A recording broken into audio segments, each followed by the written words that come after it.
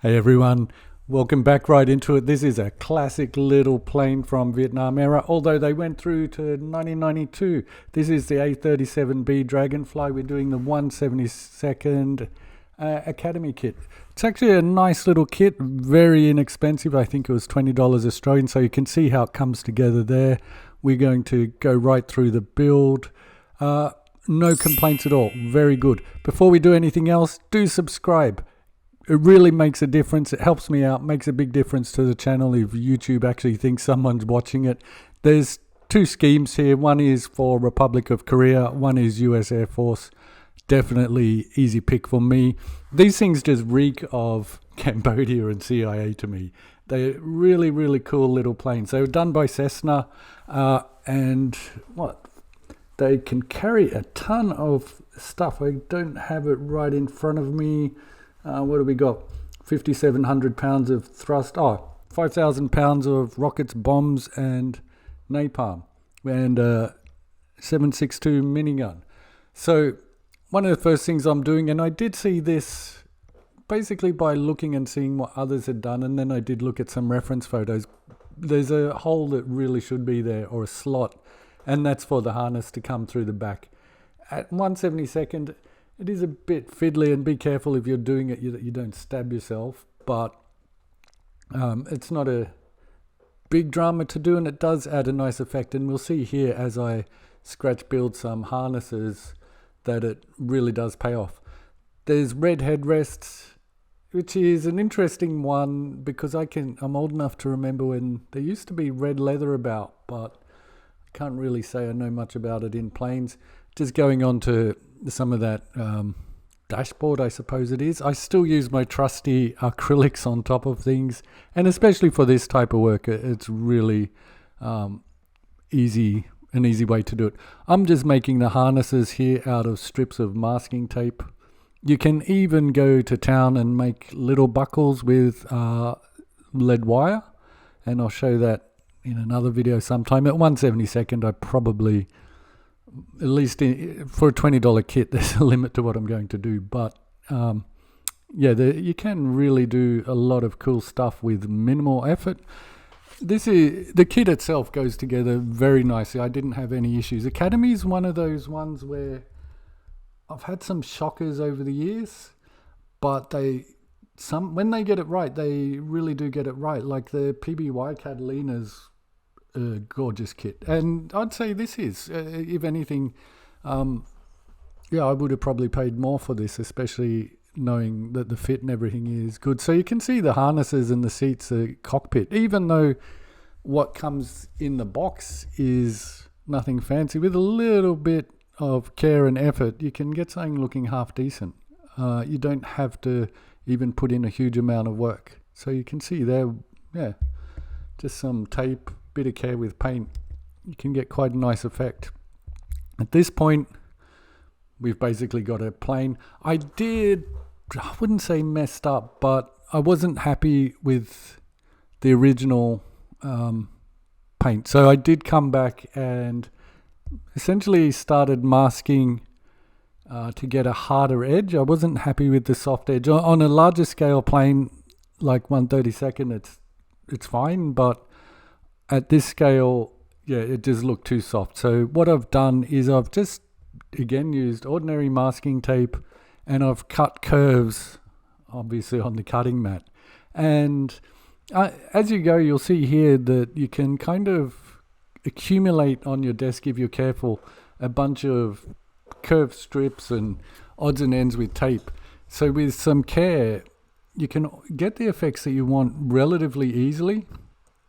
For what I was doing, I did take the canopy back off, and I was messing around. Like I said, my original idea didn't go to plan, but sometimes that's a lesson in itself, that if you're not happy, go back, change it, fix it up. Either that, or you're going to end up with something that you chuck in the bin. Even if you do get to that point, you can at least say you tried, which I think is always good. It never hurts to actually see what happens. Rather than, I think the worst thing is where you just go, I've made a mistake, and call it quits there. No, 99% of the time you can fix it up, and in that 1% where you can't, you're still good. You're going to learn something. You're going to practice and get better at something. So you can see here how I'm getting a much harder edge. And especially I think this is almost a scale issue. The harder edge looks a lot better at this smaller scale. And I did look at some reference pics and it was quite tight paint job on these. It's a long time since I've done, I don't know what, that Vietnam camouflage scheme. Someone out there can tell me the proper name for it actually, and I should know because I've got a bunch of F4s and some other stuff sitting there that's waiting for exactly the same paint job. But one thing I would say here is I'm using lacquer paints, and that does make the masking a lot easier, which in simple terms, the lacquer dries so much quicker that you can see here I'm not playing around. I think this was late at night the other night. I wanted to get it done. It was almost just one of those things where, I wanted it done. Originally, I wasn't happy with it. Come back. So you can see here I'm just painting, putting on mask, painting, pull it off, right through. So I think I did all of this in about an hour all up. It is a bit fiddly, but I was much happier with the end result. So in my case, I accumulate a bunch of almost curves on the bench that I can then use and manipulate to get the effects I want. So I'm coming on over with that light green. Like I say, it's a bit fiddly, but you can get pretty cool effects here. You can see there. The other thing I'd say here is, be careful if you're using, say, regular acrylics, because you're not going to get away with just yanking off the tape like I'm doing with the lacquers. Actually, you probably shouldn't do it with the lacquers, to be honest, but I think for masking, lacquers will be a lot more forgiving. So just be aware of that. If you're using acrylics, there's a lot longer drying time. So, you just be careful. So that's a pretty good shot of how the plane's coming together actually at this point. And I'm really quite happy with it. Like I say, I did take a detour along the way. The instrument panel was very basic out of the box. I just put some white paint on a toothpick and dabbed on at least the idea of instruments in there. Is it perfect? No, but again, at this scale and from distance, I'm really happy with the effect.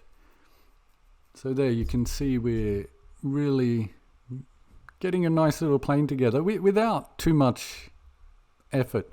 I've come in, done the wheel wells and everything with white. Again, looking at reference pictures. I'm just coming over with acrylics actually. I'll tend to do the bulk of the work with lacquers, and then I'll come back with like MIG Vallejo to do a lot of the detail work. One reason for that is if I mess up, I can easily just wipe it off and no harm, no problems. It's a lot more forgiving. I'm just doing there's some intakes at this point, and that's a metallic grey. I wasn't getting hugely hung up on that. I'm doing the cockpit or canopy open because, like I say, I was quite happy with how this has come together. So I want to have that effect, and it's a pretty cool little plane. It's quite amazing what, like I say, the armament that does go on this. Not bad for a little Cessna. I wouldn't mind one of these. So here we're coming on to some of the weaponry that goes with it, and like I say, there is a bunch of stuff. I've gone for, I think these are 2.75 inch rockets. I've done them unopened, and that's the dispenser. So the Academy instructions, are they brilliant? No, but there's enough to do what you need to. So again, I'm using, I think, just MIG acrylic here, because if I screw up, it's very easy to wash this off. And interestingly, if you don't feel that pressure, you tend to do a lot better paint job anyway. So yeah, this is a bit fiddly, but no great dramas at all. I think yeah, these are 100-gallon fuel tanks. There is options. I could have done 4 100-gallon fuel tanks. These are I think the Mark 82 bombs. Again, they're not super detailed, but you can get a nice effect without any great dramas. They're just olive drab, bit of yellow, bit of silver. I think they're the SUU 14A dispensers. They can only go on the external. So at this point, yeah, it is a bit fiddly, but it's starting to look pretty cool. And like I say, the kit does give you the options on how you want to do it. So you could do 4 of the 100 gallons. You can do extra Mark 82s rather than the rocket pods. So at this point, into the decals. No issues with the decals at all, because the decals, yeah, there's actually not many of them, interestingly. And I can't say I had any great issues with them at all. So you can see here I'm using my trusty tweezers. These are the Mr. Hobby tweezers, and so impressed actually. I think I will buy another pair. They weren't cheap, but I use them nearly every day, so sometimes it's handy to have another pair. It's probably overkill for some, but what happens is I'll tend to put them down somewhere and then I'll be looking for them, so it'd be nice to have another pair occasionally. Yeah, like I say, decals, no issues at all. Really quite happy with this. This is onto those 100 gallons, those I think the fuel, I don't know, indicators, the red around them, the ensigns, all that's going on. I tend to just let them sit a while before I come back, and I'll put some softener on there. I use Mr. Mark softener. So there we are, we're right into it. It's been a really nice build, something I'm happy with. Great value kit. As always, I love to hear from you. I like to hear your comments, what you think, what you would like to do, and what you would like to see even. I haven't really asked that, but definitely if there's anything out there you would like to see, let me know. Once again, thank you for watching. Do hit me up on that subscribe button. Makes a difference. Thank you as always, and I'll see you in the next one. Bye for now.